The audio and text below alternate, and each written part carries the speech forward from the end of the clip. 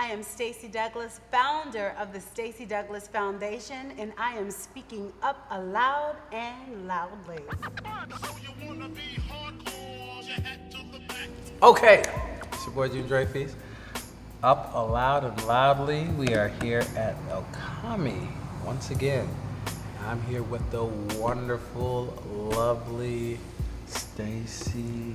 How are you? I am very well. Thank you for having me. Oh man, the whole Stacy Douglas Foundation. That's real cool. Thank you. I like that you named. Oh, never mind. All right, well, we're gonna start. We're gonna start with who is Stacy Douglas? Who's that?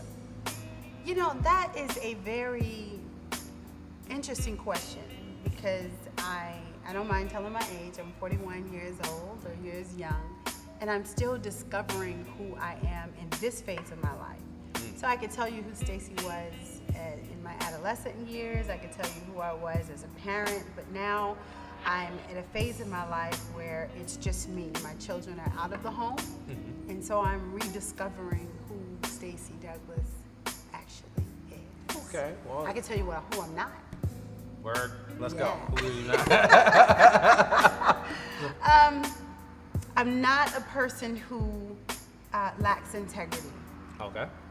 I'm not a person who wants to be in spaces that are consumed with negativity and judgmental and animosity and envy.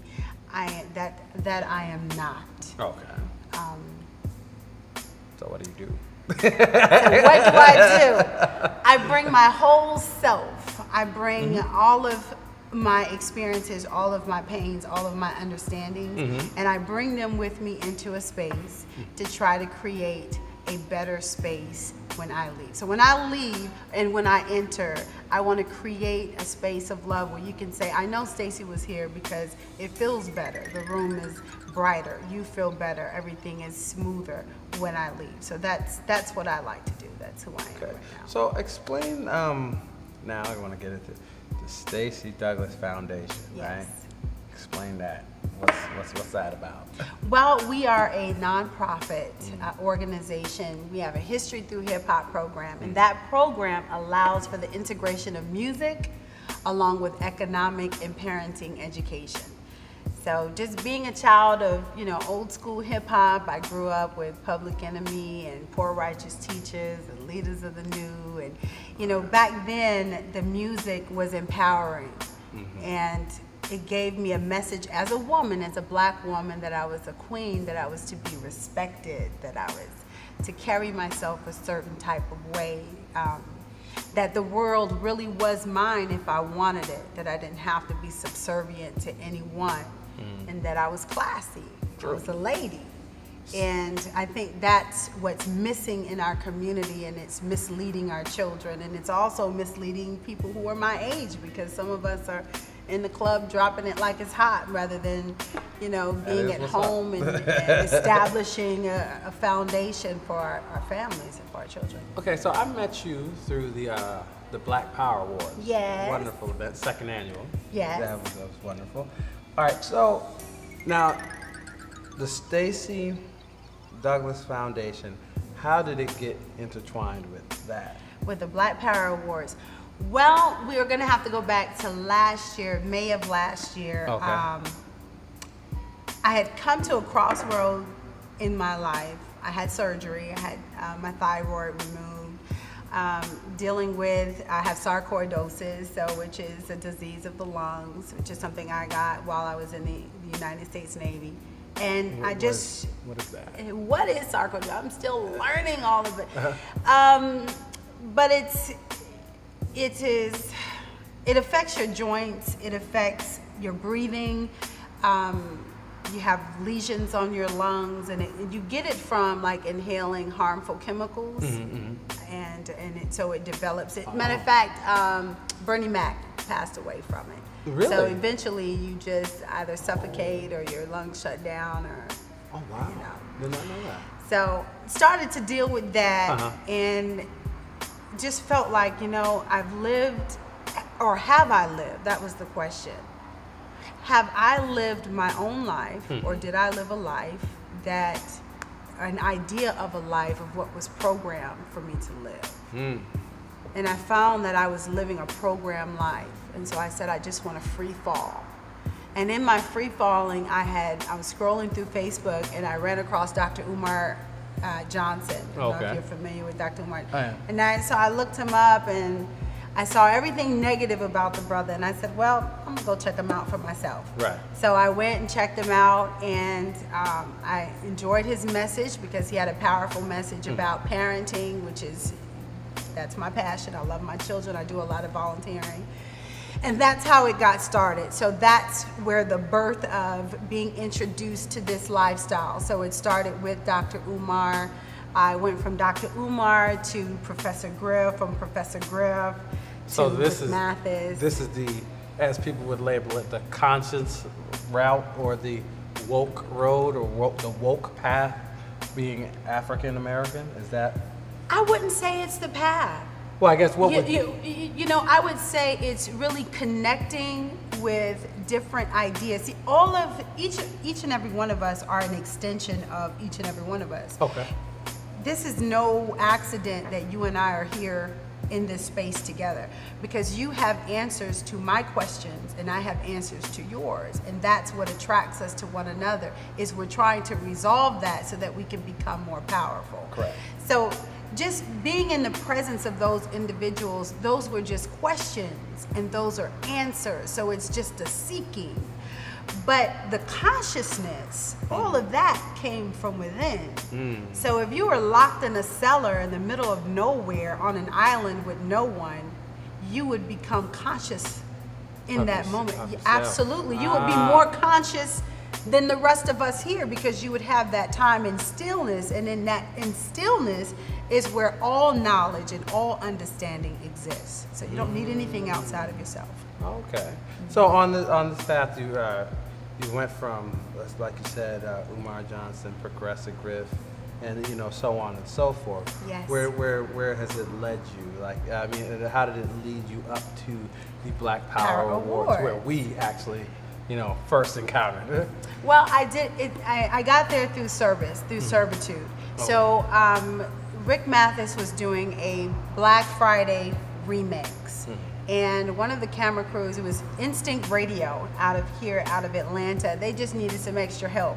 And I'm a revolutionary, the true sense of that word. Some people think revolutionaries are just people who grab the mic and start yelling and screaming and go to war. But a true revolutionary will sweep him off the floor. They would do whatever is necessary, whatever is required in order to accomplish something. So what you're doing right now, this is revolutionary. That's what you are. So understand that. So yes, absolutely. We just misdefine that term. So as being who I am naturally, I don't like to label myself, but I said I'm going to be of service. So I'm going to come and do whatever you all need me to do. You want me to hold the mic? You want me to roll out the carpet? So I actually went there to volunteer. Right. And I met Rick Mathis and I met DJ. And DJ is the promoter for the Black Power Awards, and they were actually having the first Black Power Awards at that time. So that's how I was able to connect. So who is, I gotta ask it, you said Rick Mathis. Who's Rick Mathis? Rick Mathis is the man of the hour. Okay. Right now, the t-shirt that I'm wearing, the film Black Friday, it is a solution-based film. And so this film is giving us seven practical ways so that we can economically grow, so that we can get past, right now we're in this, almost like we're in this vacuum where we don't understand not only what to do with the money, but how to make the money and how to keep the money circulating within our own community, so that teams and avenues and platforms such as yourself have an opportunity to grow and to become global. There's enough Black or African American or whatever we want to call ourselves, enough for your platform to be global. And so that's the purpose of the film Black Friday. And that's how I connected with Rick Mathis, because he has that same mindset that I do, which is everything is universal, we're all connected, and I want to be able to connect globally with my brothers and sisters. On your journey for this whole year, I'm pretty sure you've seen a lot of ups and a lot of downs. Oh, God. So, what's What's the best, like when you think of one of the high moments, what is that? What comes to mind? Like, on your path and seeing us come together as a people, what was a high moment for you? One of the highest moments was really being at the Black Power Awards this year. I will say that. Okay. I had the honor of presenting an award That's awesome. for animation. And I presented the award and I went up and we should always greet one another. And that's something that's ancestrally. That's not something that I was taught. That's not something I read in a book. That came from just stillness and meditation Right. and listening to that's within. And we should always greet one another with peace and with love. And I just took a moment before I presented the award to just greet with peace and with love. And when I came down off the platform, Anthony Browder of the Browder Files, he stopped me and he said, that he really appreciated the message and the greeting of peace. And that let me know that we were all, and not just because it was something I said, Right, but right. it let me know that that's really what it's about. It's about connecting with love and with peace. That's the message that resonated. Not the dress I had on, not rocking the Black Power fist, Right. not that it was just a room full of Black people. Right. That was not what resonated. What resonated was that energy of peace and love and gratitude. That was the high point for me. That's a high moment. Yes. You're right. So now, that being said, what was a low moment? Yeah, I mean, you can't bitter and the sweet. Okay, I will tell you the low moment was I'm out of Greenville, South Carolina, and so I wanted to produce the first Juneteenth celebration. Okay. And so June 19th of 1865, the last of our enslaved ancestors were freed in Okay. Galveston, Texas.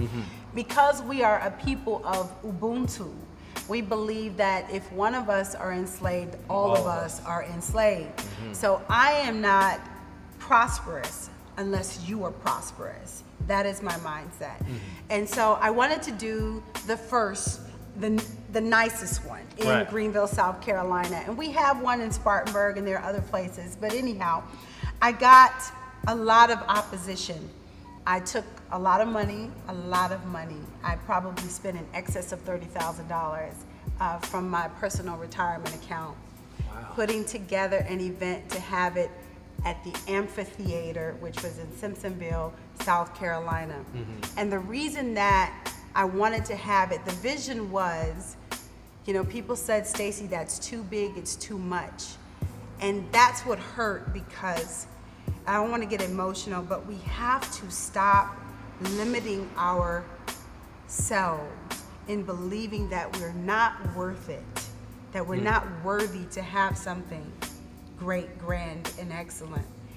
And so the vision was to open the minds of the people. I wanted people to come to the amphitheater and say, if this nappy-headed little girl can put this together, then I can build a spaceship. I can own my own. That was the purpose of planting that seed.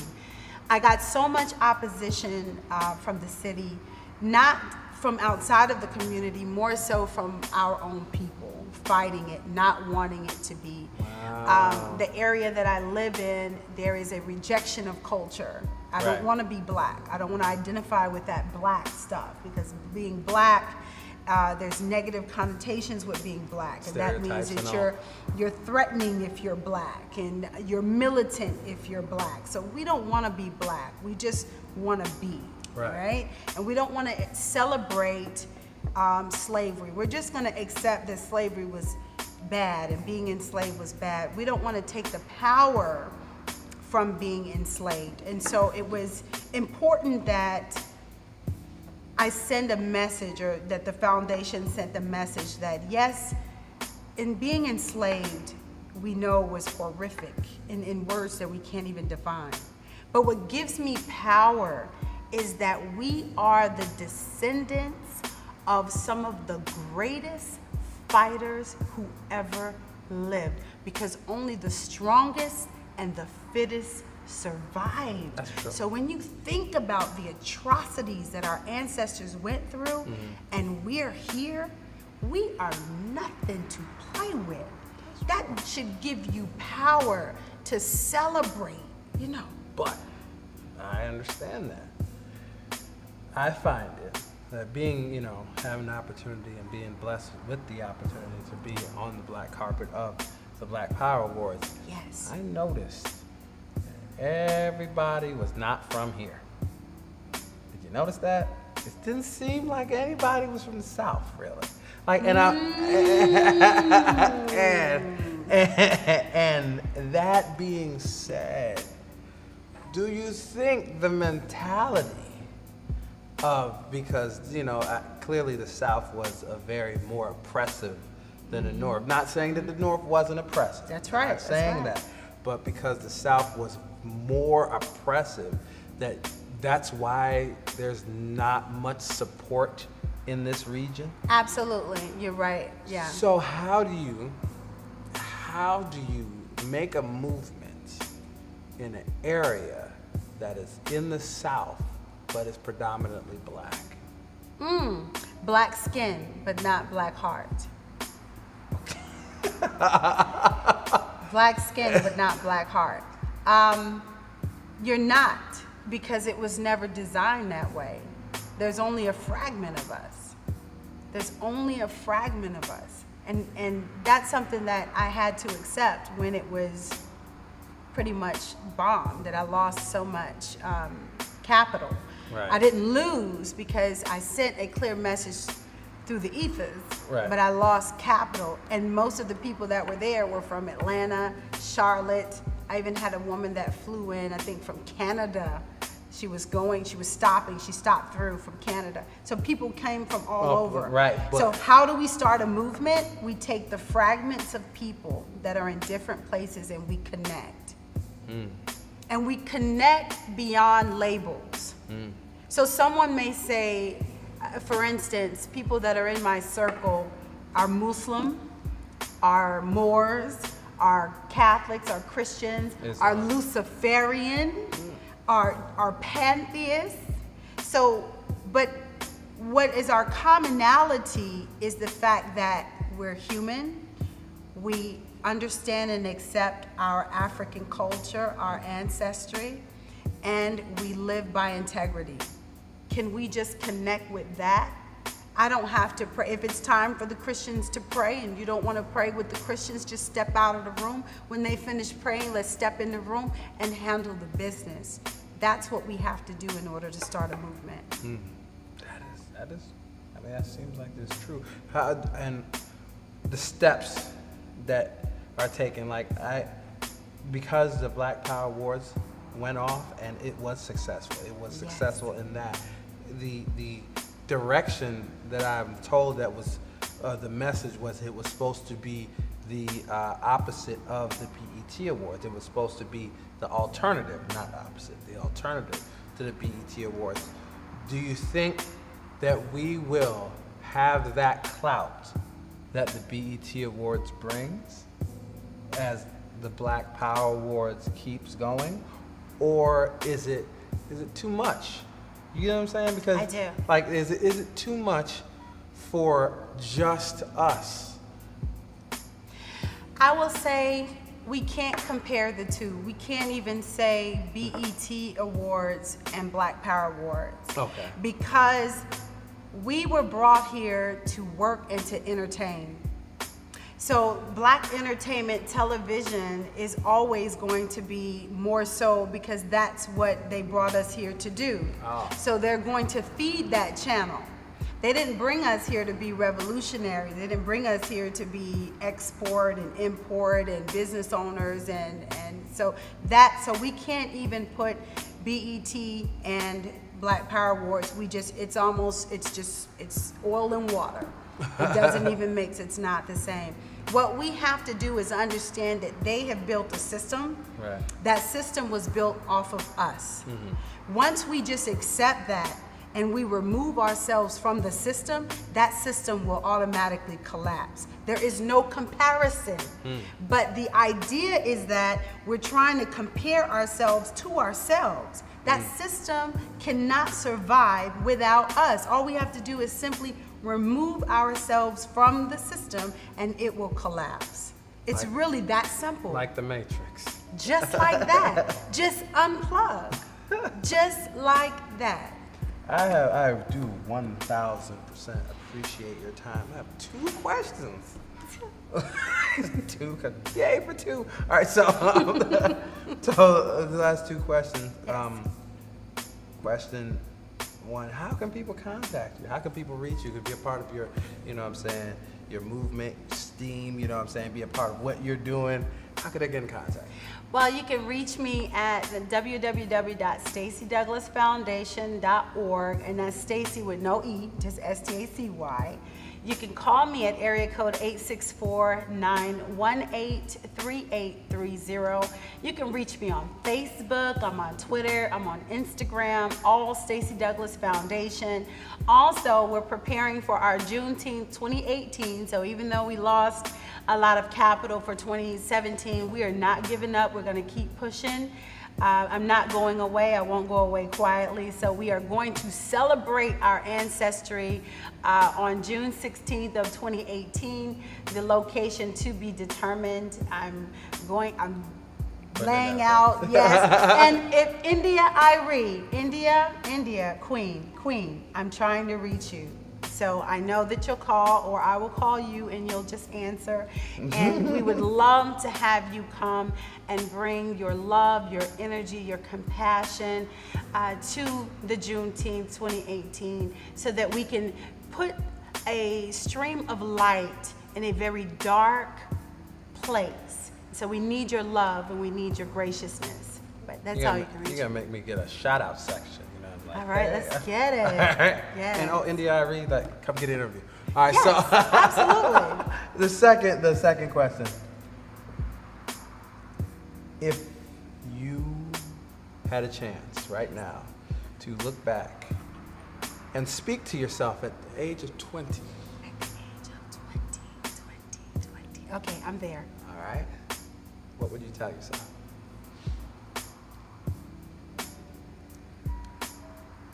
I would say to myself, I'm proud of you. I'm proud of you. And you're doing just fine. That's what's up. You're doing just fine. I really 1,000 appreciate your time. Thank you. I appreciate you being here. No, thank you for having me. Man, you really don't understand. This is a blessing. It's really a blessing to have someone conscious to be able to speak on things. Like, there's also, of course, black businesses, how they operate, and I can imagine that's Ooh, that's a topic in itself, and I know you had some questions about the conscious community, the different levels of it we were talking about before, and I didn't know if you wanted to hit on it. Okay, well, I'm glad, you know what? I'm glad you reminded me. It's an extended version. We could rock this out. All right, So, do you sense that most of it a good portion of it is fake? That's what I really want to know, because I understand that a lot of people, it's almost like a fad to me, and not disrespecting that community. It's just that I see a lot that people say, a lot of saying and no doing. Right. And then when the rubber meets the road and it's time to put up or shut up, a lot of people start shutting up. Yes. So how do you figure that out? Because like you said, funds is real. Yes, funds it is. is real, and when you're putting down money on things that for us as a community, not just you for sole gain, and you see so many people flake and fall through, it's like, how do you keep abreast? How do you keep going? Because after a while, there's a lot of people on the internet that even say, man, F a black business. For real. Because the stereotype is there, and then they deliver on the stereotype. Not on the Right. product, but on the stereotype. stereotype. So it's like, how do you not be like, you know what? Done with y'all. I'm done. I hear you. Okay, I'm gonna answer because there's different questions, so I'm gonna answer different parts of your question. Cool.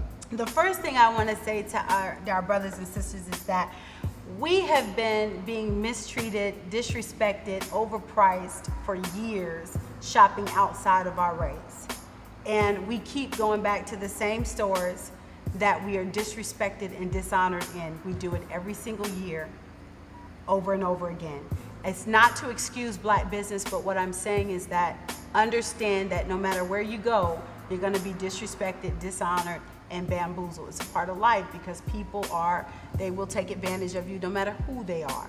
So I'm gonna answer that part of it. All right. The second part is that we have been programmed and indoctrinated that we have to be earlier than everybody else. We have to be perfect. I mean, when you look at President Obama, he had to be absolutely perfect. If he passed gas, then oh my God, they had to have a press conference, right? The man had to be, so we are taught that if that black person is not 100% perfect, then you don't deal with them.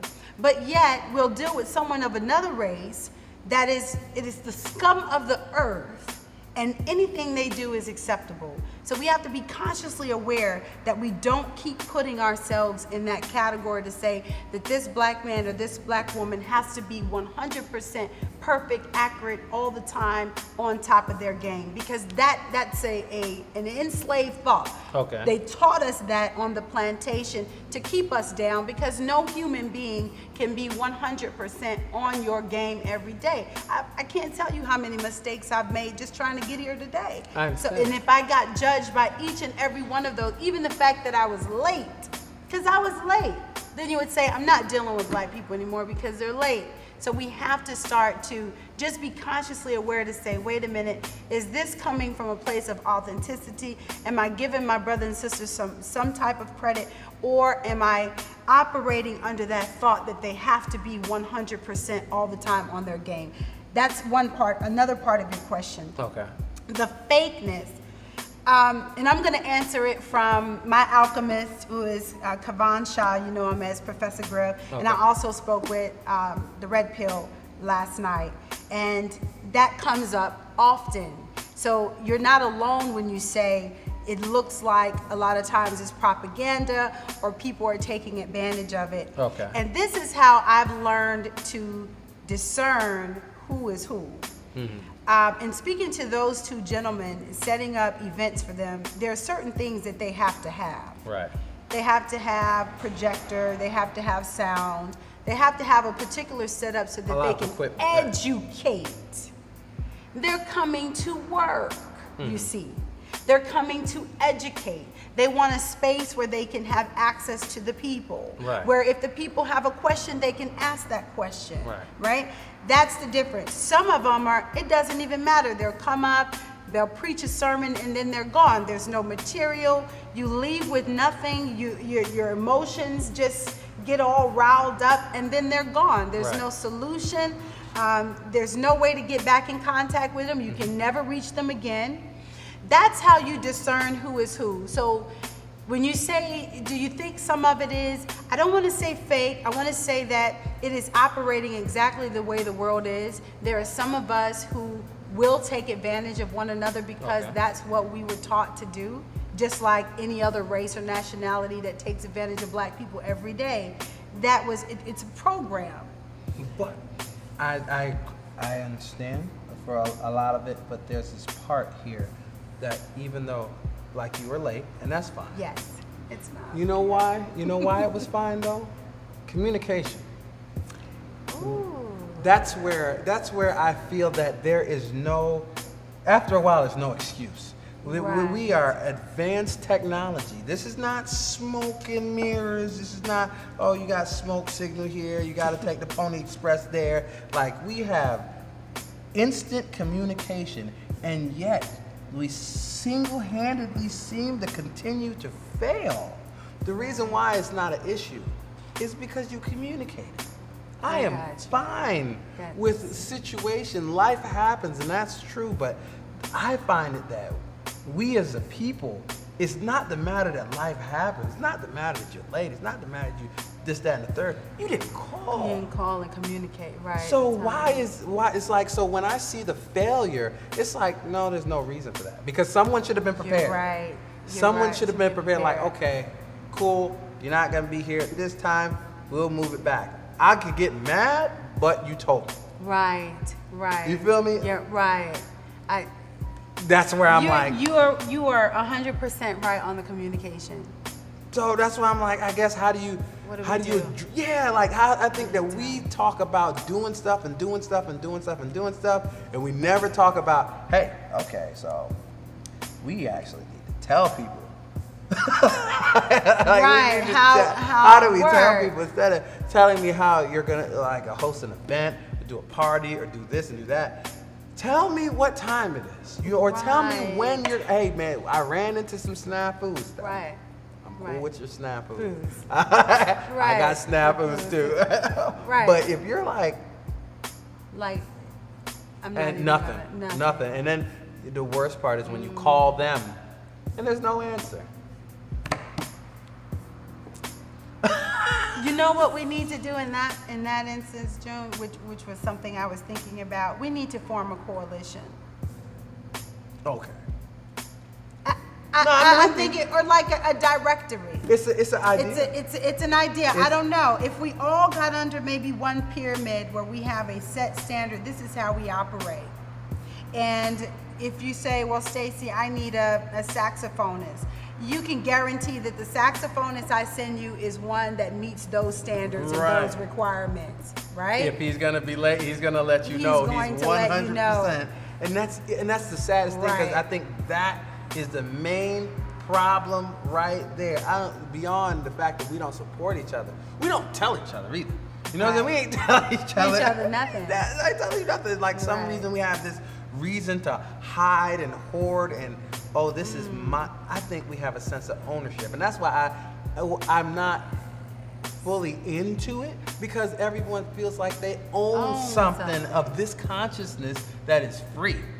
Yeah, and not only is it free, but it's a collectiveness of consciousness. So what I know is what you already know. It's not a matter that you didn't know. I'm just bringing it back to your remembrance. That's all. And that's and I just feel that, I think that from what I've seen in it all, there's been cliques are being established. Yes. And after the cliques are being established, it's like I can't get over to someone else because this person has an issue with me. Not because he cares about what the movement is. Right. It's because he just got an issue with me because I'm doing what he's doing and he's doing what I'm doing, or we're doing the same thing, and if I do this, then I might get over here, and it's like it's still divided into some type of outrageous competitive race. Yes. To be the most conscious person and to get paid for it. You said that, and that yeah. That's why I'm like, I hear y'all, I really do, but I'm just like, so who's getting paid? Because that's what it's gonna be about. Because it's like, oh, this person didn't show up because X, Y, Z, or this person didn't even tell you, or this person got the money and didn't even like. And didn't even, like what is it about? It's business. A lot of times it's business. There are very few that do it because they love it. And I'll tell you, the ones that I associate with do it because they love it. We do it because we love it. I mean, to take money out, I'm telling you, if I showed you how much, in excess of 30 grand, that was my retirement. I could imagine. That's my personal retirement. And that's the reason why I'm like, yo, you're telling me you had to lose money. You could have learned that lesson for $3. You didn't have to learn it for 30. You know for 30 grand. Yeah, you didn't have to learn it for 30 grand. But in this, it's a sacrifice that we're making for our people. And you're right. It's after a while you do get discouraged. But one of the things I can say, it's led me to some good people who are always in. I can pick up the phone right now and call Professor Griff if I have an issue, or if I say, hey, we need to get something done, I can pick up the phone. So that's one of the people that if you need some, 100. once you have him, Yes. he's obligated. He says, if I take $1 out of that community, then I belong to that community. I'm obligated to that community. Right. But every person doesn't think that way, and he doesn't consider himself conscious. Right. He doesn't consider himself a leader. He's just a man doing the will. You understand? I He's get just a it. man, or as he said, he's God having a human experience. That's it. That's dope. So I think that to answer your question, use discernment, because there are those who are out there, exactly as you said, who are capitalizing on it. You know, this whole conscience. That's why I didn't want to be labeled. Right. No, I get you. Because I don't want to be in a It's box. Because I'm God having a human experience as well. It means I'm omnipotent. I'm all things, and I want to receive all things. But use discernment, and there are some great speakers and intellectuals. You got Michael Imhotep, you know, that's not trying to break the bank, but the brother got to eat. Right. And he's got to have his travel. Understood. But you've got Anthony Browder, Red Pill, A lot of- Professor Grip. You've got a lot of them, Professor Kaba, all of these people who will come for nothing. Professor James Small will come for nothing just to make sure that the people have the information that they need. Stacy. They're there. Stacy Douglas, everyone. Up Aloud, loudly. We ran this one out. I'm sorry. Oh, never apologize. That's right. That's right. Never apologize. Wonderful. We appreciate you. Thank you. This is a you. wonderful interview. Up Aloud and Loudly, the only show that you get the quality questions, really. And the quality answers, quality solutions. I love it. Up aloud and loudly. Finally, got it right. This is great. So you guys, So you wanna be